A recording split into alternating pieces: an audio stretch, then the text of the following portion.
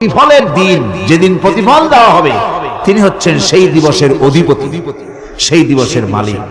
সূরা ইনফিতারে আল্লাহ পাক বলছেন, وما أدراك ما يوم الدين ثم ما أدراك ما يوم الدين। বিচারের দিনটি কি তা তোমাকে কে জানালো? আবার জিজ্ঞেস করছি, তোমাকে কে জানালো বিচারের দিনটা কি?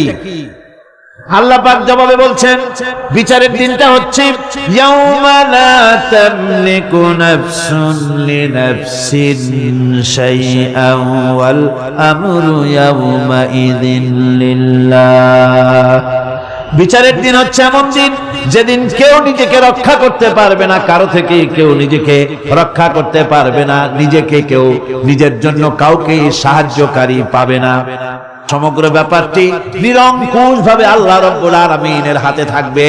সেই দিনটার নাম কিয়ামত, সেটার নাম পরকাল, সেটার নাম হচ্ছে বিচারের দিন। যেদিন কর্তৃত্ব হবে কেবলমাত্র কার? আল্লাহ পাক। সেই দিনটা হচ্ছে কর্মফল পাওয়ার দিন। লাহা মা কাসাবাত ওয়া আলাইহা মাকতাসাবাত। প্রত্যেক মানুষই সেই উপার্জন অনুসারে সেখানে ফল পাবে। যেমন কর্ম তেমন ফল পাবে, ব্যক্তি হিসাবে পাবে, দল হিসাবে পাবে। তিলকা উম্মাতুন ক্বাদ খালাত লাহা মা কাসাবাত ওয়া লাকুম মা কাসাবতুম ওয়া লা তুসআলুনা আম্মা ইয়ামালুন। প্রত্যেক মানুষই তার উপার্জন অনুসারে ফল পাবে। যা সে পাবে তা নিজের উপার্জন ছাড়া আর কিছুই না, আর যে ফল পাবে সেটাও তার উপার্জন। সুতরাং কিয়ামতের দিন আল্লাহ মানুষের উপরে কোনো জুলুম করবেন না, অত্যাচার করবেন না। আল্লাহ পাক তো তার বান্দার জন্য জুলুমকারী নন, ঠিক কিনা? আল্লাহ পাক বলছেন, মান আমিলা সালিহান ফালিনাফসিহি ওয়া মান আসাআ ফাআলাইহা ওয়া মা রাব্বুকা বিযাল্লামিন লিল আবিদ। যে ব্যক্তি পূর্ণ কাজ করলো সে নিজের কাজে নিজের স্বার্থেই তা করলো। আমরা যে নামাজ পড়ি এটা কি আল্লাহর স্বার্থ? কথা কন, আল্লাহর স্বার্থ? সারা পৃথিবীর সমস্ত মানুষ যদি আল্লাহর সেজদা দেয়, আল্লাহর ক্ষমতা আরো কিছুকালের জন্য বাড়বে নাকি? সমস্ত মানুষ যদি আল্লাহকে অস্বীকার করে, বিদ্রোহী ঘোষণা করে, বিদ্রোহ ঘোষণা করে, তাতে কি আল্লাহর ক্ষমতা শেষ হয়ে যাবে? নাউযুবিল্লাহি মিন যালিক। যেমন ছিলেন তেমনই থাকবে। সুতরাং আমরা যা করি, আমরা নামাজ পড়ি নিজেদের জন্য, আল্লাহকে খুশি করার জন্য, কিন্তু কল্যাণটা আমার। কল্যাণটা কার?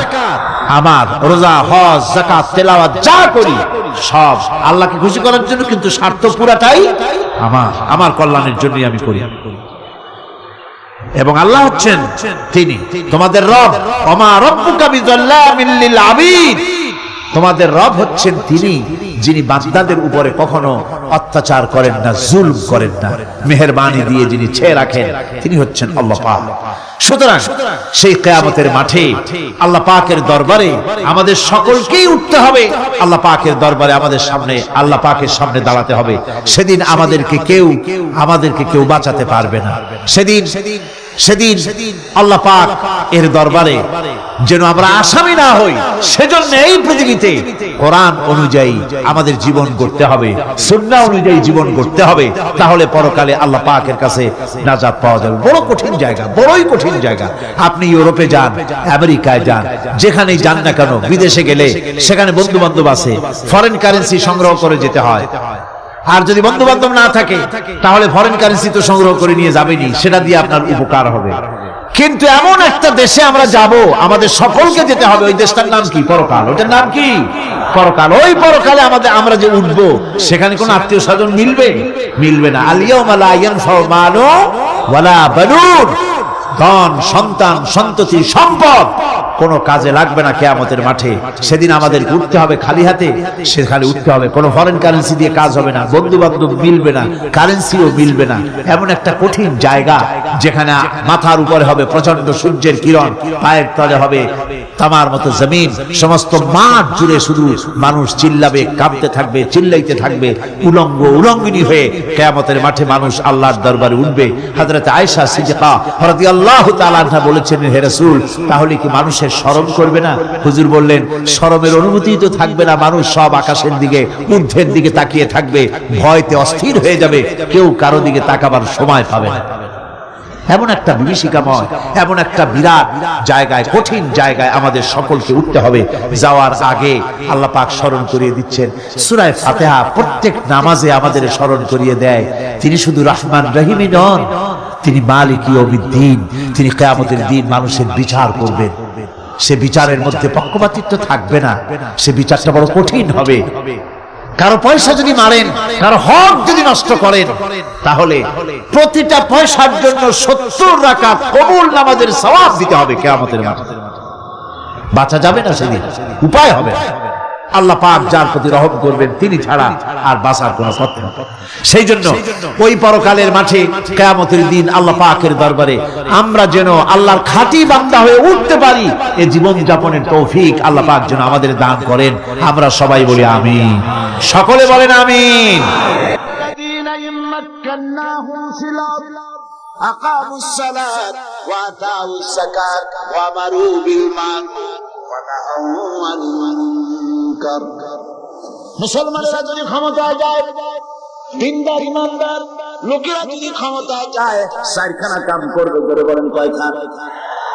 প্রথম নম্বরে নামাজ কায়েম করবে, 2 নম্বরে যাকাত আদায় করবে, 3 নম্বরে ভালো ভালো কাজের আদেশ করবে, আর 4র্থ নম্বরে কি করবে? সমস্ত খারাপ কাজগুলি 2 হাত দিয়ে তারা বাধা দেবে। বাধা দেবে কি দিয়ে?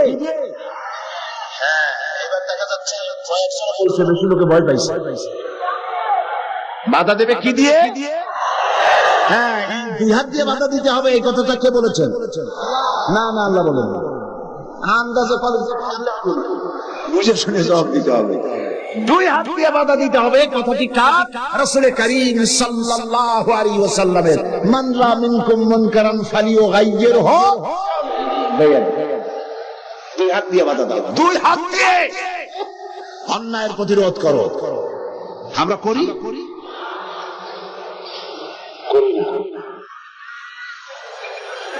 এই সরকারের আমলে সিনেমার যত ন্যাংটা ছবি রাস্তায় রাস্তায় টানানো, আমি জিজ্ঞেস করতে চাই, এত নোংরা ছবি বাংলার ইতিহাসে কোনদিন টানানো হয়েছে কিনা?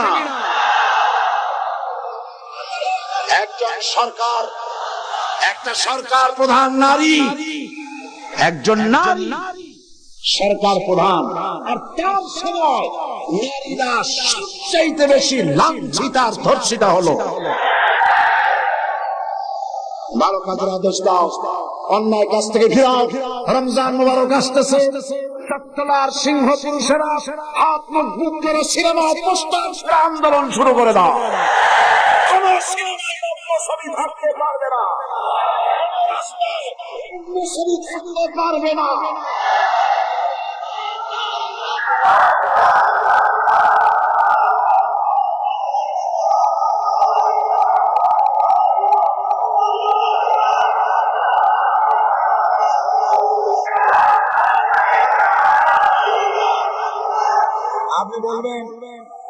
আপনি বলবেন জনগণকে ভালো হওয়ার জন্য, চরিত্রবান হওয়ার জন্য।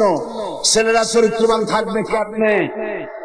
রাত 2টোর পরে ডিশ এন্টিনার মাধ্যমে নীল ছবি প্রদর্শিত হয়, ডিশ এন্টিনা দিয়ে। এই ডিশ এন্টিনার এই পারমিশন কে দিল? কি জবাব দিবা কিয়ামতের দিন? এত ধর্ষণ বাড়তেছে খামোখা, উলঙ্গ ছবি রাস্তায় টানানো, আর রাতের বেলায় নীল ছবি প্রদর্শিত হচ্ছে, ডিসেন্টিনার মাধ্যমে যুবতীরা দেখতেছে। চুরি হচ্ছে, ডাকাতি হচ্ছে, খুন হচ্ছে। বাংলাদেশ হাবিয়া দোজখে পরিণত হয়েছে। আমি মুসলমানদের যেই দলের হন, যত মানুষ এখানে এসেছেন, সকলের বিবেকের কাছে দাবি করি, সকলের বিবেকের কাছে আপিল করি। টেলিভিশনে একটা অনুষ্ঠান দেখায় না, জাতির বিবেকের কাছে প্রশ্ন।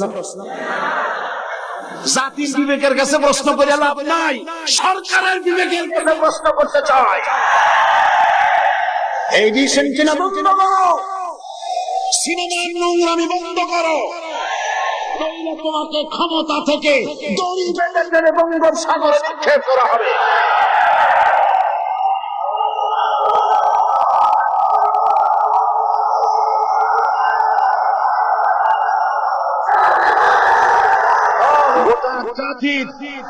গোটা জাতির চরিত্র নষ্ট করা হচ্ছে।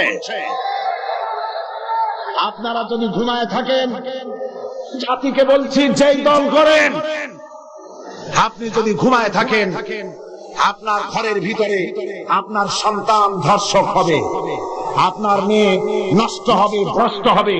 গোটা জাতি ইউরোপ আমেরিকার চাইতে নোংরামি, নষ্টামি, ভ্রষ্টতার ভিতরে ডুবে যাবে গোটা দেশ। এখনো সময় এসেছে, রুখে দাঁড়াও, রুখে দাঁড়াও। ইমান বাঁচাবার লক্ষ্যে, দেশ বাঁচাবার লক্ষ্যে। ও আমার জাতি, ফিরে এসো, ইমানের বলে বলিয়ান হও। ইন্না কায়দা শায়তান কানা দাঈফা, শয়তানের চক্রান্ত আসলেই দুর্বল। বাড়িওয়ালার শক্তি বেশি না চোরের শক্তি বেশি? আপনারা বাড়িওয়ালা। অন্যায় কাজের প্রতিরোধ, ভালো কাজের আদেশ, এই কাজটা রাসূলুল্লাহ করেছেন। আপনারা দেখেন আমাদের দেশে মসজিদেও লোক ভরা, সিনেমা হলে কি মানুষের খুব দুঃখ নাকি? বরং সামনে লেখা থাকে হাউস, লোক ভর্তি, মাহফিলেও লোক ভর্তি, গান বাজনাও লোক ভর্তি। আমি এই দৃষ্টান্তটা এইভাবে দেই যে একটা খাল উত্তর দক্ষিণে প্রবাহিত, ওই খালে অনেক মাছ আছে। মাছ ধরার জন্য এলাকাবাসীরা খালের মধ্যে নেমে গেল, তারপরে উত্তর দিকের পানি বালতি ভরিয়া দক্ষিণ দিকে ফালাইতে লাগলো। এইভাবে পানি ফালাইতে ফালাইতে সন্ধ্যা হয়ে গেছে। মাছ ধরার জন্য পিছনে তাকাইছে, তাকায় দেখে সামনেও যত পানি, পিছনেও তত পানি। মেহনত বরবাদ, গুনাহ লাজিম। এখন এই অবস্থা হলো কেন বলেন তো? বুদ্ধি করে সুবহানাল্লাহ, সকলেই সচেতন, বুঝে ফেলাইছে। বাঁধ না দিয়া সমানে পানি ফেলাইছে। আজকে যদি একটা আদর্শিক বাঁধ আমাদের থাকতো, তাহলে মসজিদ ভরা আর সিনেমা ভরা এইটা হইত। আদর্শিক বাঁধ হলো ইসলামী রাষ্ট্র।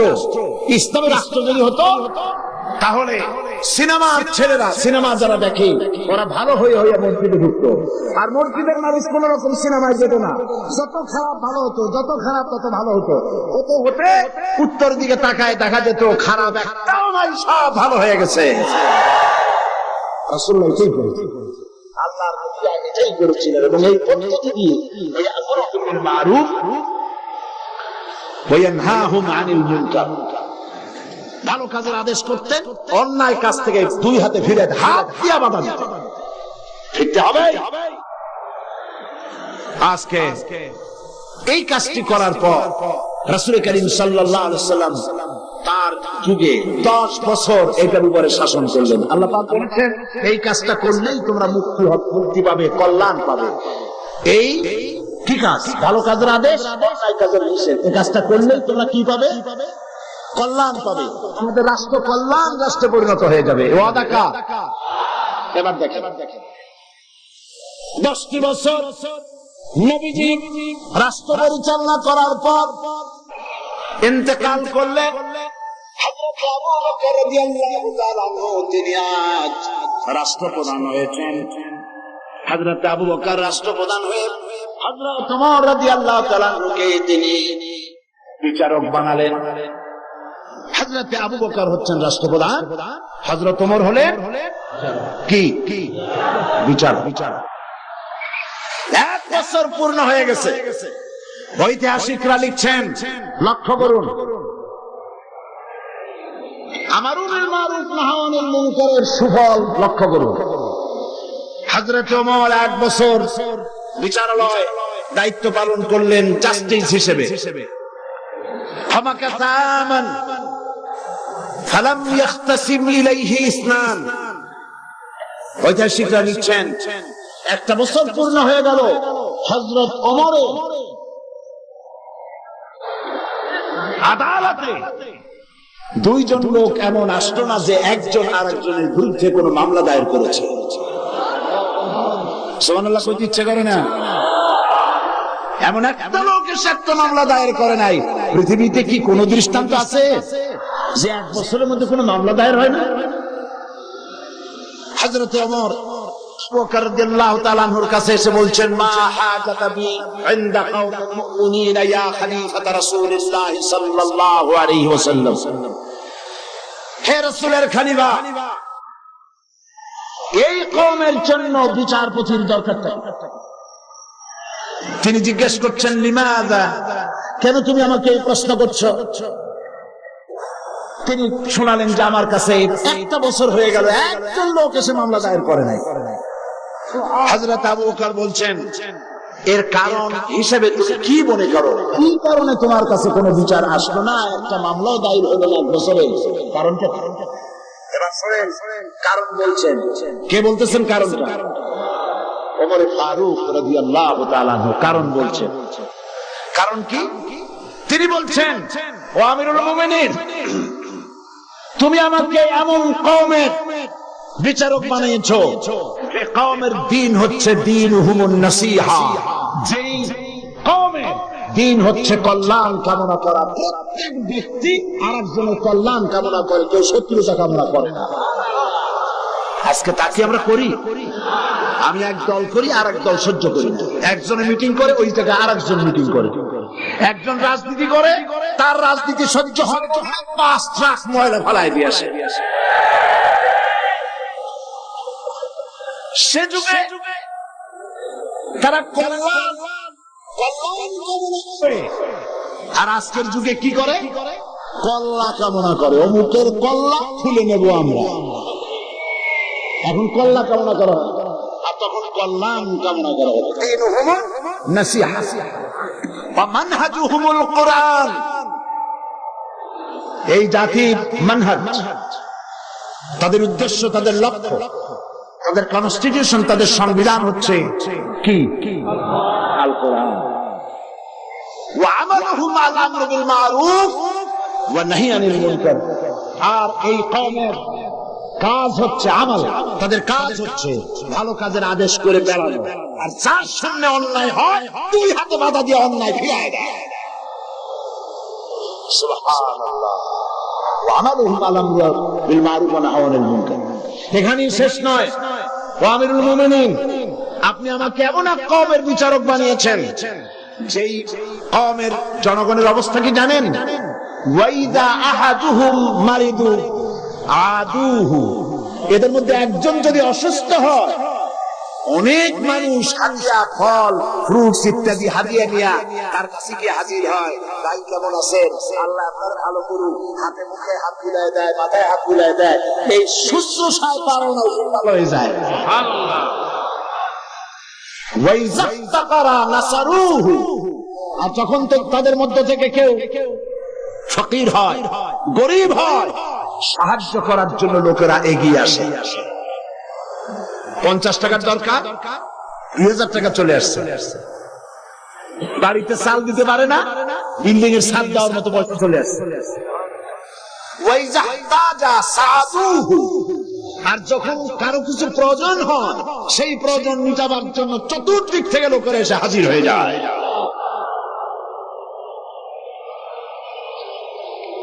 কুল্লু ওয়াহিদিন মিনহুম ইয়ারিফু হাদ্দাহু ফায়াকিফু ইনদা। এর প্রত্যেক ব্যক্তি তার নির্ধারিত সীমা চেনে। যেখানে আল্লাহ রাব্বুল আলামিন যে জিনিসকে হারাম করেছেন, ওই হারামের বর্ডারে গিয়ে দাঁড়ায় যায়, হারামকে ক্রস করে ফায়াকিফু ইনদা, সেখানে দাঁড়িয়ে যায়। ফাফিমা হুম ইয়াখতাসিমুনা ইলাইয়া ইয়া খলিফাতা রাসূলিল্লাহ সাল্লাল্লাহু আলাইহি ওয়াসাল্লাম।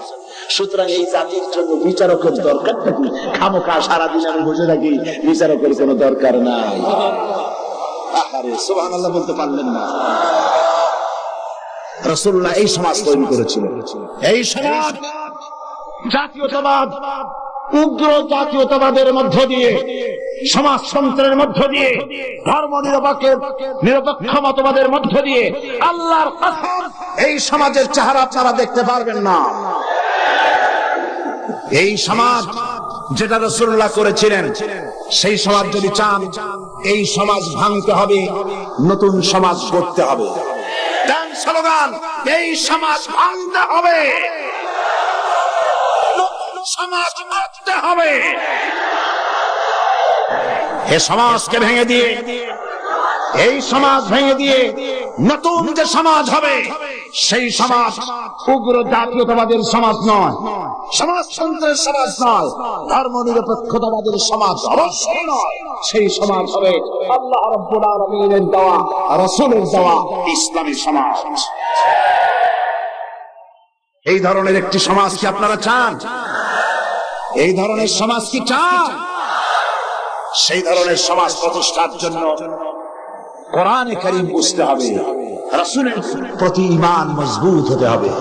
রাসূল রাষ্ট্রপতি ছিলেন এবং तमाम পৃথিবীতে তাকে দিয়ে আল্লাহ পাক রিসালাতের দায়িত্ব কমপ্লিট করে দিয়েছেন।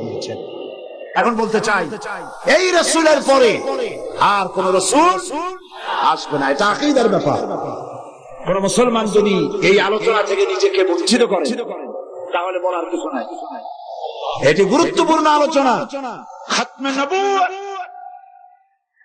বিগত কয়েক যুগ ধরে ইসলামের বিরুদ্ধে যে সব ফিতনার উদ্ভব হয়েছে, তার মধ্যে নতুন নবুয়তের দাবি হচ্ছে একটি মারাত্মক ষড়যন্ত্র। এ ব্যাপারে খাতমে নবুয়তের বিশ্বাসের তাৎপর্য, গুরুত্ব অনুধাবন করা রিসালাতের অপরিহার্য দাবি। একজন নবীর পর আর একজন নবী আসতে পারে কেবলমাত্র তিনটি কারণে। বুঝেন ভালো করে, একজন নবীর পরে আর একজন নবীর আসার কারণ হতে পারে মাত্র তিনটি। কয়টি? এক, প্রথম নবীর শিক্ষা বিলুপ্ত হয়ে গেছে এবং তা পুনর্বার পেশ করা প্রয়োজন, এই জন্য একজন নবী আসা দরকার। রাসূলুল্লাহর শিক্ষা কি বিলুপ্ত হয়েছে? রাসূলুল্লাহর শিক্ষা বিলুপ্ত হয়নি, চির অম্লান হয়ে আছে। নতুন নবী প্রয়োজন নাই। দুই, প্রথম নবীর শিক্ষা পূর্ণাঙ্গ নয় এবং তার শিক্ষা সংশোধনের বা পরিবর্তনের প্রয়োজন, এজন্য নতুন একজন নবীর প্রয়োজন। রাসূল করিম সাল্লাল্লাহু আলাইহি ওয়াসাল্লামের শিক্ষা কি পূর্ণাঙ্গ নয়? তা কি সংশোধন এবং পরিবর্তনের কোনো প্রয়োজন আছে? প্রথম নবীর শিক্ষা একটি জাতির জন্য সীমাবদ্ধ, অন্যান্য জাতির জন্য আর একজন নবী দরকার। রাসূল করিম সাল্লাল্লাহু আলাইহি ওয়াসাল্লাম কি শুধু একটি জাতির নবী? রাসূল করিম সাল্লাল্লাহু আলাইহি ওয়াসাল্লাম হচ্ছেন বিশ্ব নবী। সুতরাং তার নবুয়তের পরে নতুন কোন নবীর আমদানির কোনো প্রয়োজন নাই। রাসূল করিম সাল্লাল্লাহু আলাইহি ওয়াসাল্লামের নবুয়ত শেষ, এরপরে আর কোন নবী? কোরআনে কারীমের চূড়ান্ত দলিল শুনুন। মা কানা মুহাম্মাদুন আবা আহাদিন মির রিজালিকুম ওয়ালাকিন রাসূলুল্লাহি ওয়া খাতামান। মুহাম্মদ সাল্লাল্লাহু আলাইহি ওয়াসাল্লাম তোমাদের কোন পুরুষদের পিতা নন, বরং তিনি আল্লাহ রাসূল এবং নবীগণের পরিসমাপ্তকারী, আর আল্লাহ সর্ববিষয়ে মহাজ্ঞানী। এই খাতামান নবিয়্যিন, খাতাম শব্দের উল্লেখ করে নবুয়তের দুয়ার চিরকালের জন্য আল্লাহ পাক বন্ধ করে দিয়েছেন। সেই প্রথম শতাব্দী থেকে আজ পর্যন্ত, হিজরি প্রথম শতাব্দী থেকে নিয়ে পর্যন্ত পৃথিবীর সমস্ত উলামায়ে কেরাম একমত, পৃথিবীতে আর কোন নবী আসবেন না, আসার কোন দরকার নেই। এই খাতামের অর্থ নতুন নবী, ভণ্ড নবী, মিথ্যা দাবিদার নবী, পৃথিবীর নিকৃষ্ট শয়তান গোলাম মোহাম্মদ কাদিয়ানী, আল্লাহ জাহান্নামের আগুন তার কবরে অনন্তকাল জ্বলতে থাকুক।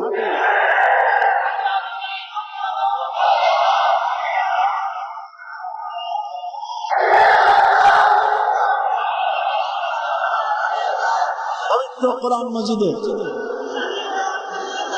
খাতাম শব্দের অর্থকে সে বিকৃত করেছে। সে বলেছে খাতামুন নবিয়্যিন এর অর্থ হচ্ছে আফজালুন নবিয়্যিন। ওর বাপের কথা। সে বলেছে আরো নবী আসতে পারে। আমি তার লেখা থেকে কোট করছি। গোলাম মোহাম্মদ কাদিয়ানী বলছে ये बात बिल्कुल रोज रोशन की तरह साबित है कि आ हजरत सल्लल्लाहु अलैहि वसल्लम के बाद नबूवत का दरवाजा खुला है। বিবাদের মতো এটা সত্য যে মুহাম্মদ সাল্লাল্লাহু আলাইহি ওয়াসাল্লামের পরে নবুয়তের দরজা খোলা আছে। शारो बोलছে उन्होंने यानी मुसलमानों ने ये समझ लिया है कि खुदा के खजाने खत्म हो गए। उनका ये समझना खुदा ताला की कदर की ही ना समझने की वजह से है, वरना एक नबी क्या, मैं तो कहता हूं कि हजारों नबी होंगे। शैतान को সে বলছে যারা বলে অর্থাৎ মুসলমানেরা বলে আর কোন নবী আসবে না, এই কথা বলে তারা আল্লাহর ক্ষমতাকে সীমাবদ্ধ করতে চায়। আমি তো বলি এক নবী কেন, হাজার হাজার নবী আসতে পারে। তার বই আনোয়ারে খেলাফত 62 পৃষ্ঠা, সেখানে সে লিখছে अगर मेरी गर्दान के दोनों तरफ तलवार भी रख दी जाए और मुझे कहा जाए कि तुम ये कहो कि हजरत सल्लल्लाहु अलैहि वसल्लम के बाद कोई नबी नहीं आएगा, मैं उसे जरूर कहूंगा कि तू झूठा है, कज़्ज़ाब है, आपके बाद नबी आ सकते हैं और जरूर आ सकते हैं। সে বলছে আমার গর্দানের দুই দিকে, আমার গর্দানের দুই দিকে যদি তরবারি ধরা হয়, যদি বলা হয় যে নবী আর আসবে না মুহাম্মদ সাল্লাল্লাহু আলাইহি ওয়াসাল্লামের পরে, আমার গর্দান উড়ে যেতে পারে, তারপরে আমি বলবো মুহাম্মদ সাল্লাল্লাহু আলাইহি ওয়াসাল্লামের পরে আরো নবী আসতে পারে। এবার ধরুন গোলাম মোহাম্মদ কাদিয়ানী তার বইয়ের মধ্যে লিখছে कुल मुसलमान जो हजरत मसीह मऊद की बायात में शामिल नहीं हुए, खा उन्होंने हजरत मसीह मऊद का नाम भी नहीं सुना, वो काफिर है और दायरा इस्लाम से खारिज है। গোলাম মোহাম্মদ কাদিয়ানী তার আয়নায়ে সাদাকাত বইয়ের মধ্যে লিখছেন যে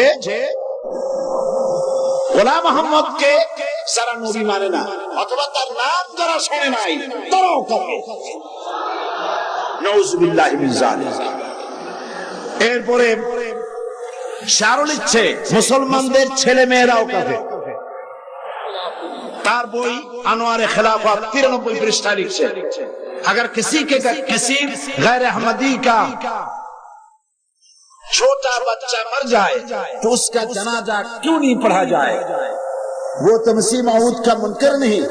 मैं ये सवाल करने वाले से पूछता हूँ कि अगर ये बात दुरुस्त है तो फिर हिंदुओं और ईसाइयों के बच्चों का जनाजा क्यों नहीं पढ़ा जाता है। দেখছেন কত বড় উল্লু। সে বলছে মুসলমানদের বাচ্চাদের জানাজা পড়া যাবে না কেন, প্রশ্ন করা হয়েছে তাকে। সে বলছে যে মুসলমানদের জানাজা কেন পড়বো, মুসলমানদের বাচ্চাদের জানাজা কেন পড়বো, হিন্দু এবং খ্রিস্টানদের বাচ্চাদের তো আমরা জানাজা পড়ি না, সুতরাং মুসলমানদের বাচ্চারাও যখন ঈসাইরা আমাদেরকে যখন মানে না, গোলাম মোহাম্মদকে নবী মানে না, সুতরাং সব কাফের তার জানাজা পড়া যাবে না। এইভাবে তার বইপত্রের মধ্যে অনেক কথা সে লিখেছে, এমনকি কথাও লিখেছে যা আমি স্বপ্নে দেখেছি আল্লাহ আমার সামনে এক যুবকের রূপ ধারণ করে এসেছেন, আর আমি এক যুবতী নারী হিসেবে তার সামনে দাঁড়ালাম। তিনি রাতে আমাকে ব্যবহার করলেন এবং তার দ্বারা আমি গর্ভবতী হয়ে আমি ঈসা মসিহে রূপান্তরিত হলাম। নাউযুবিল্লাহ। এই শয়তানের কবরে দোজখের আগুন জ্বলুক। ওকে যারা নবী বলে মানে তারা কাফের।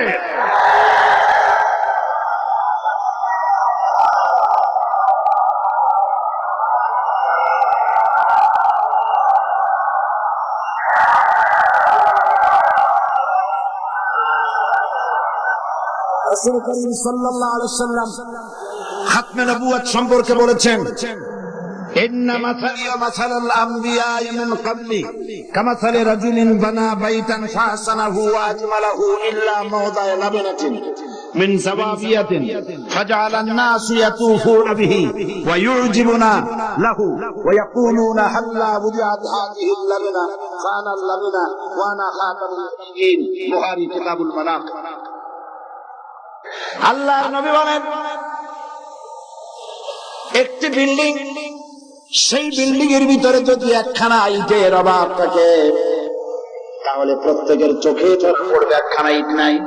যখন ইটখানা পূর্ণ করা হবে, বিল্ডিংটি পূর্ণ হয়ে গেল, নবীজি বলেন নবুয়তের ইমারতে একখানা ইটের অভাব ছিল, রব্বুল আলামিন আমাকে সেই ইট হিসেবে জায়গা নবুয়তের ইমারতকে কমপ্লিট করে দিয়েছেন।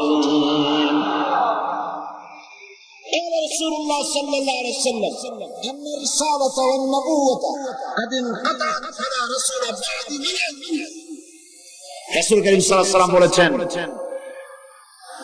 রিসালাত এবং নবুয়তের দরজা কাট হয়ে গেছে, নতুন করে কোন নবী বা রাসূল পৃথিবীতে আর আসবে না। قال النبي صلى الله عليه وسلم لو كان بعدي نبي لكان عمر بن الخطاب رضي الله تعالى আমার পরে যদি কেউ নবী হতো অবশ্যই ওমরকে আল্লাহ পাক নবী বানায় দিতেন। قال رسول الله صلى الله عليه وسلم لا نبي بعدي ولا أمة بعد أمتي আমার পরে আর কোন নবী নাই, আমার উম্মতের পরে আর কোন উম্মত নাই। রাসূল করিম সাল্লাল্লাহু আলাইহি ওয়াসাল্লাম বলেছেন আন সাওবান রাদিয়াল্লাহু তাআলা আনহু আন্নাহু قال قال رسول الله صلى الله عليه وسلم وأنه سيكون في أمتي 30 كذبون كلهم يزعم أنه نبي وأنا خاتم النبيين لا نبي بعدي رواه أبو داود كتاب الفتن আবু দাউদ শরীফে এসেছে রাসূল করিম সাল্লাল্লাহু আলাইহি ওয়াসাল্লাম বলেছেন আমার পরে 30 জন মিথ্যাবাদী নবুয়তের দাবি করবে, মিথ্যাবাদী কাযযাব দাজ্জাল। অথচ আমার পরে আমি শেষ নবী, আমার পরে আর কোন নবী আসবে না। রাসূলুল্লাহ সাল্লাল্লাহু আলাইহি ওয়াসাল্লামের জীবনের শেষ ভাগে মুসাইলামা কাযযাব মিথ্যা নবুয়তের দাবি করল। রাসূলের পরে যদি আর কোন নবী আসার গুঞ্জাইশ থাকতো তাহলে আপনারা বলেন হুজুরের ইন্তেকালের পর সর্বপ্রথম যে যুদ্ধ হলো সেটা তো এই যুদ্ধই ছিল। মুসাইলামা কাযযাবকে গ্রেফতার করার জন্য, তার বিরুদ্ধে যুদ্ধ করার জন্য সমস্ত সাহাবায়ে কেরাম এক হয়ে গিয়েছে। রাসূলের পরে আর কেউ নবী হবে এটা যদি বৈধ হতো তাহলে সাহাবায়ে কেরাম এই যুদ্ধে যেতেন না, ঠিক কি না? তার বিরুদ্ধে যুদ্ধ করেছে। সেই বেটা নবুয়তের দাবি করছে, লোকেরা কয় আপনি তো খালি নবী নবী করেন, তা আপনার ওহী কই? কয় যে দেখো কেবল না নবী হইলাম, একটু অপেক্ষা করো। হ্যাঁ জিবরাইল আসুক।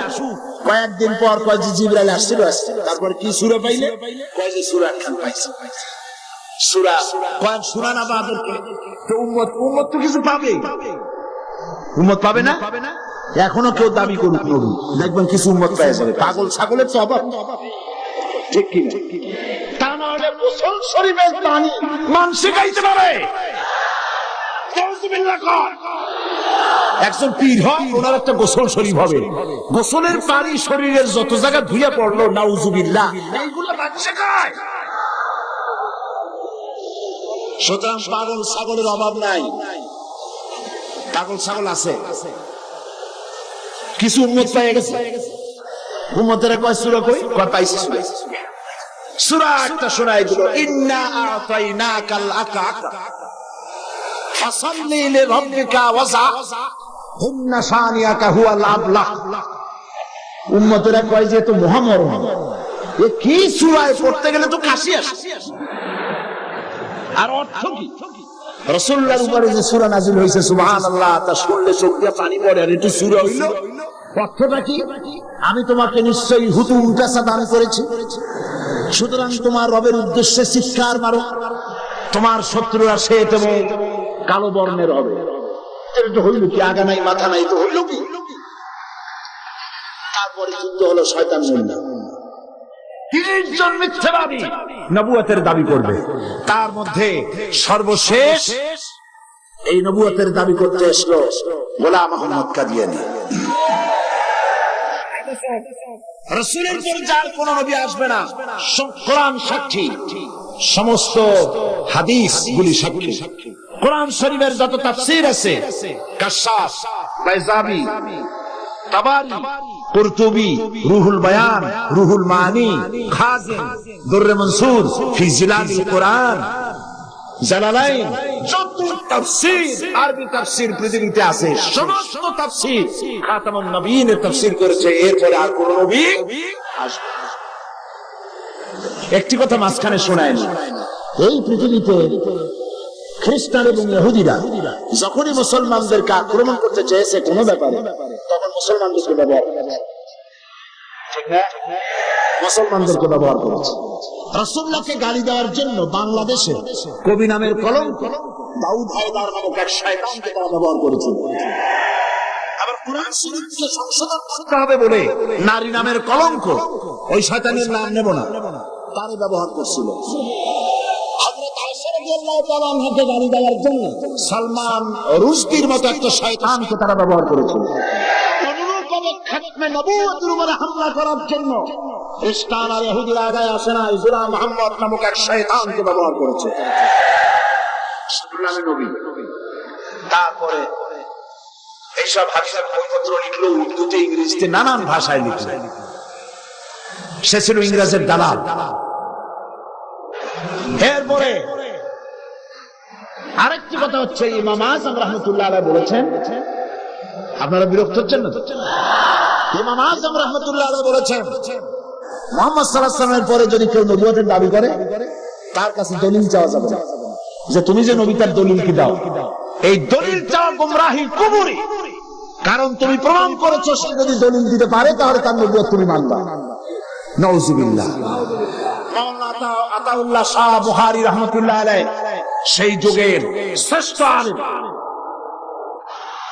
তিনি তার কাছে গিয়ে বলছেন, হে গোলাম, নবুয়তের দাবি করো, শক্তি পাও কই?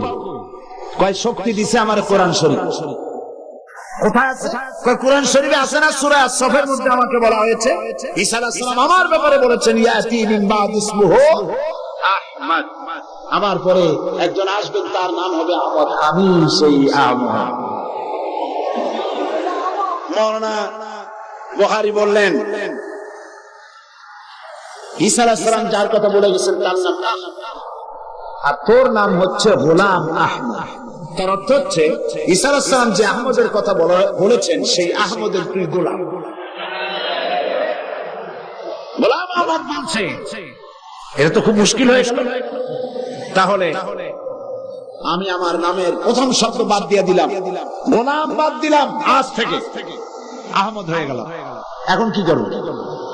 মাওলানা বলছেন, বহুত তোমার ফতোয়া দিয়ে আমি বলতে চাই, নামের প্রথম অংশ বাদ দেওয়া যদি জায়েজ হয়, তুমি যেমন বাদ দিছো আমাকেও বাদ দিলাম। আমার নামের আকা বাদ দিলাম, আমার নামের আকা বাদ দিলে আমি আল্লাহ হই। তোর মতো গাধারে আমি নবুয়ত দেই নাই। এরপর এই শয়তানের মউত হলো, উম্মতেরা তালাশ করে পায় না, 3 দিন খোঁজ নাই, নবী গেল কই? খুঁজতে খুঁজতে টয়লেটের মধ্যে দিয়া গন্ধের জ্বালায় অস্থির, যাইয়া দেখে টয়লেটে যা থাকে খাইয়া পেট ফুলাইয়া শয়তান বইরে রইছে। নাউযুবিল্লাহ। এই গোলাম মুহাম্মদ কাদিয়ানী কাফের। আমি বুঝতে পারি না মানুষের কেন হুঁশ হয় না। দুনিয়ার কোন আলেম, কাদিয়ানী সম্প্রদায়ের মধ্যে কোন আলেম নাই, কোন আলেম নাই, একজন আলেমও নাই। এদেরকে খ্রিস্টানেরা পোষে, আর পোষে আমার দেশের সরকার। তারা হলে বলে, আমি সরকারকে বলতে চাই, তোমরা যদি মুহাম্মদ সাল্লাল্লাহু আলাইহি ওয়াসাল্লামকে শেষ নবী মানো, তাহলে গোলাম মুহাম্মদকে মুসলিম মাইনরিটি কাফের বলতে বাধা কোথায়? তার অর্থই হচ্ছে তোমরা সহনশীল। গোলাম মুহাম্মদ কাদিয়ানী আর কাদিয়ানীদের কাছ থেকে অর্থ পেয়ে, বৃত্ত পেয়ে তাদের প্রতি সহনশীল হয়েছ।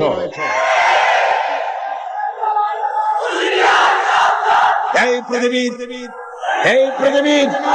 18টি মুসলিম দেশ কাদিয়ানীদেরকে নন মুসলিম মাইনরিটি হিসেবে ঘোষণা করেছে। বাংলাদেশকেও করতে হবে। সেই সৌভাগ্য এই পোড়া কবেলা সরকারের আছে কিনা আমি জানি না। বাংলাদেশের সমস্ত আলেম, সমস্ত পীর সব একমত।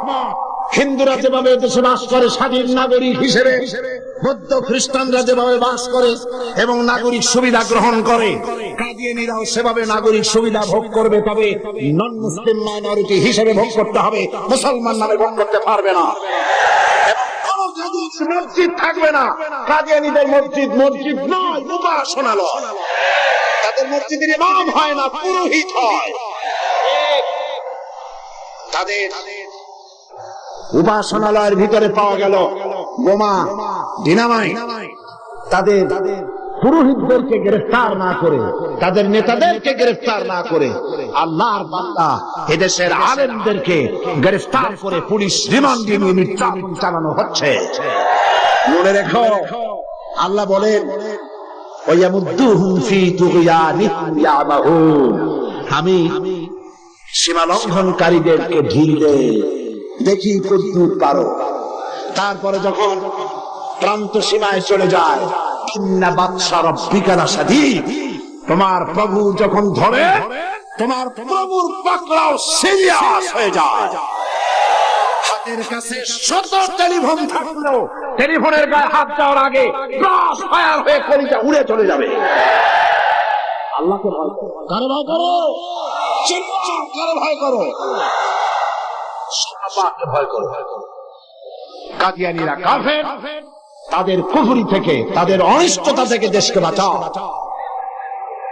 আমি আজ আপনাদের সামনে কথা স্পষ্টভাবে বলতে চাই, মুহাম্মদ সাল্লাল্লাহু আলাইহি ওয়াসাল্লামের খাতমে নবুয়তের উপরে ঈমান আনা আমাদের জন্য ফরজ। হুজুরের পরে আর কোন নবী আসবে না। আমার কথার ভুল অর্থ করার কোন সুযোগ নাই, স্পষ্ট কথা বলছি। আমি আপনাদেরকে আরজ করব, আগামীকাল এই আয়াতের বাকি অংশ আপনাদের সামনে পেশ করব ইনশাআল্লাহ। মুনাজাতের জন্য সব মুসলমান যার যার জায়গায় এক সেকেন্ডের ভিতরে বসে পড়ে। এত বড় মাহফিলের মুনাজাত কেউ নষ্ট করবে না। সবাইকে বসতে বলেছি, দাঁড়ানো লোকেরা সবাই বসুন আর জোরে সোরে জিকির করেন সুবহানাল্লাহ, আলহামদুলিল্লাহ।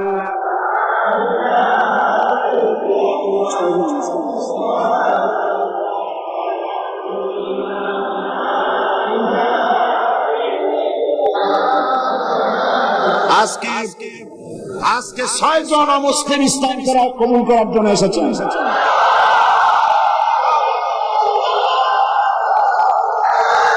আমি আর একটা কথা শোনাই, আর একটি কথা শুনুন, আর একটি কথা শোনেন। মুনাজাতের কথা শুনে প্রত্যেক দিন যারা হাঁটেন, আমি তাদেরকে অনুরোধ করবো, আল্লাহর রাস্তায় আগামীকাল মাহফিলের ভেতরে ঢুকবেন না। মেহরবানি করে মাহফিলের চতুর্দিকে থাকবেন, যাতে মুনাজাতের নাম শুনলেই আপনারা দৌড় মারতে পারেন। আল্লাহর রাস্তায় ভিতরে হাজার হাজার মানুষ পাড়ায় আপনারা যান, আপনাদের লজ্জা হয়। সবাই জিকির করেন সুবহানাল্লাহ।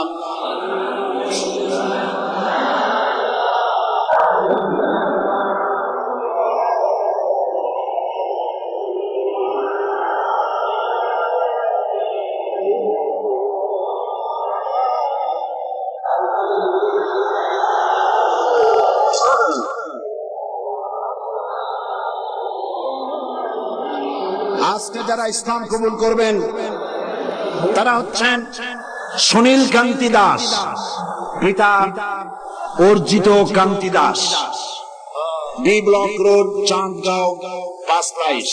বর্তমান নাম পছন্দ করেছে মোহাম্মদ ইব্রাহিম। শ্রী মানিক চন্দ্র দাস, শ্রী মানিক চন্দ্র দাস, পিতা শ্রী কমল কান্তি দাস। বর্তমান নাম মোহাম্মদ সাইফুল ইসলাম আজাদ। প্রবাস কৈবর্ত, পিতা মাখন কৈবর্ত, আমি মেইন গেট, পাঁচলাইশ। বর্তমান নাম মোহাম্মদ রাসেল। বিশ্বজিৎ সূত্রধর, পিতা মাখনলাল সূত্রধর। বর্তমান নাম পছন্দ করেছে মোহাম্মদ মনিরুল ইসলাম। শ্রী দুলাল বাবু শীল, পিতা শ্রী জিতেন বাবু শীল। সিগন্যাল কোম্পানি 5 লাইফ, বর্তমান নাম মোহাম্মদ আবু বকর সিদ্দিক। শ্রী সুবল চন্দ্র সাহা, পিতা আশুতোষ সাহা, খাগড়াছড়ি, ডাকঘর কুইসা, গুইমরা। বর্তমান নাম পছন্দ করেছে মোহাম্মদ ওসমান গনি।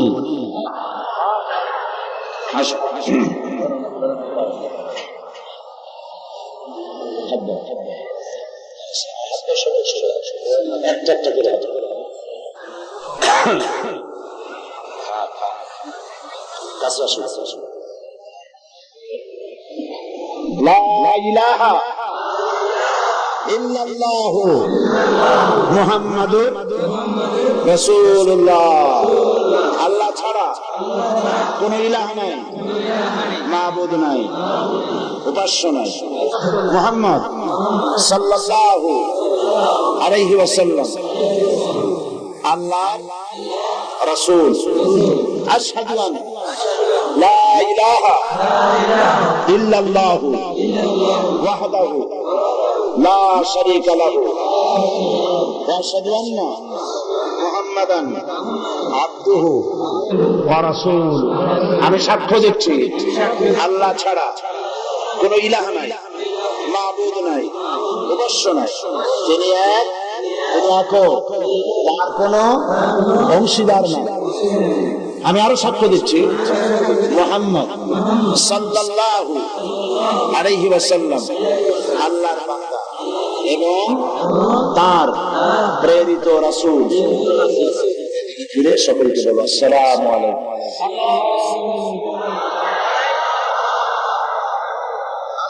এই বান্দাগুলি আল্লাহর এই বান্দাগুলি 6 জন বান্দা মুশরিক ছিলেন। এখন আমাদের তৌহিদ পন্থী কি? তারা আমাদের কি? তারা আমাদের ভাই। এখন তারা মাসুম, তারা বেগুনাহ। এই লক্ষ লক্ষ মুসলমানদের পক্ষ থেকে আমি তাদেরকে আলিঙ্গন করে ইসলামে স্বাগত জানাচ্ছি।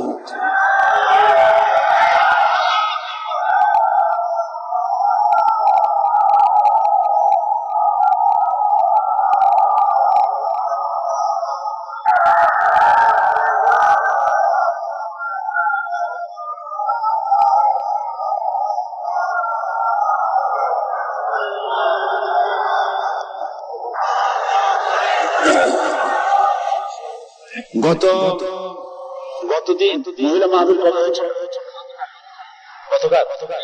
গতকাল মহিলা মাহফিলে এক বোন প্রশ্ন করেছিলেন যে বিন বাজ, আব্দুল্লাহ বিন বাজ, যিনি ইন্তেকাল করেছেন, সৌদি আরবের গ্রান্ড মুফতি এবং বর্তমান বিশ্বের শ্রেষ্ঠ আলেম, নওয়ারাল্লাহু বারাকাতুহু ওয়া জাআলাল জান্নাতা মাসওয়া। অনেক বড় আলেম, উচ্চ পায়ার আলেম। তো সে বোন প্রশ্ন করেছেন যে তার এক কিতাব পড়েছেন তিনি, সেখানে লেখা আছে যে নামাজের নিয়ত করতে হবে না, নিয়ত যেভাবে পড়া হয়, যেভাবে পড়া হয় এইভাবে মুখে নিয়ত পড়া লাগবে না। এটা ঠিক কিনা আমার কাছে প্রশ্ন করেছে। আমি প্রশ্নের জবাবে বলেছি যে বিন বাজ সারা পৃথিবীতে স্বীকৃত শ্রেষ্ঠ আলেম, সমস্ত ওলামা মহলের কাছে তাকে ওস্তাজুল ওলামা বলা হয়, ওস্তাজুল আসাতিজা বলা হয়। সুতরাং তিনি ভুল লেখেন না। আরবিতে যেভাবে আমাদের দেশে নিয়ত পড়া হয়, নওয়াইতু আন উসাল্লি লিল্লাহি তাআলা রাকাতায় সালাত, এই যে নিয়তটা আরবিতে আমরা পড়ি, এইভাবে হুজুর সাল্লাল্লাহু আলাইহি ওয়াসাল্লাম পড়েন, সাহাবায়ে কেরাম এরকম পড়েন। সুতরাং মনে মনে নিয়ত করা, নামাজের জন্য নিয়ত করা, সেটা যে ভাষাই হোক এটা চলতে পারে, মুখে ওইভাবে উচ্চারণ করা প্রয়োজন। এই কথাটা বলায় একজন আমাকে লিখেছেন যে এটা নাকি আজকে টক অফ দ্য টাউন, একেবারে শহরে এটাই হয়েছে যে নামাজের নাকি নিয়ত করা লাগবে না, নাকি নিয়তের দরকার নেই। মানুষ শোনে একটা, বুঝে আর একটা বলে আর একটা। নিয়ত তো করতে হবে, কিন্তু মুখে ওইভাবে নিয়ত মুখে উচ্চারণ করা এভাবে হাদিস শরীফে কোথাও নাই, রাসূলুল্লাহ সাল্লাল্লাহু আলাইহি ওয়াসাল্লাম করেন নাই, সাহাবায়ে কেরাম করেন নাই। সুতরাং এগুলো নিয়ে উল্টাপাল্টা মন্তব্য পেশ করা কোনো জরুরত নেই। নিয়ত তো করতে হবে, সেটা তো বললাম, নিয়ত করতে হবে কিন্তু মুখে ওইভাবে উচ্চারণ করা জরুরি। একজন বলেছে আপনি টাকা দিয়ে প্রতি বছর মুসলমান বানান, দেখছেন অবস্থা? এইসব প্রশ্ন আমার কাছে দেন কি করেন? এদের জিজ্ঞেস করেন এই 6 জনের কাছে যারা কয় টাকা দিচ্ছে। আমি জিন্দিগিতে এদের দেখছি কিনা, এরা আমারে দেখছে কিনা। আল্লাহ হেদায়েত করুন। তো আমি নিয়তের ব্যাপারটা পরিষ্কার করে দিতে চাই। প্রত্যেক কাজের নিয়ত করতে হবে। ইন্নামাল আমালু বিন্নিয়াত, নিয়তটাই হচ্ছে প্রধান। তবে মুখে উচ্চারণ করার যে রীতি চালু হয়েছে এবং হাদিস শরীফে নাই, নিয়তটা করতে হবে এভাবে নয় যেভাবে আমরা করা বাধ্যতামূলক মনে করি। কথাটা পরিষ্কার হয়েছে কিনা? আলহামদুলিল্লাহ। এখন আরেকটি কথা আপনাদের সামনে বলতে চাই যে তাফসীরুল কোরআন মাহফিল এই বিশাল জনসমুদ্র প্রতি বছর এখানে হয়। এই বছর রাজনৈতিক কারণে নানান অসুবিধা হয়েছে, যার কারণে মাওলানা শামসুদ্দিন সাহেব এবং তার সাথীরা আপনাদের খেদমতে আপনাদের দুয়ারে দুয়ারে যেতে পারেন নাই, যেমন অন্যান্য বছর যেয়ে থাকে। হরতাল হয়েছে, বিক্ষোভ হয়েছে, মিছিল হয়েছে, নানান রকমের ক্রাইসিস হয়েছে, যার জন্য যেতে পারেনি। ফলে 21 লক্ষ টাকা যেখানে বাজেট, এই বাজেট তারা পুরো করতে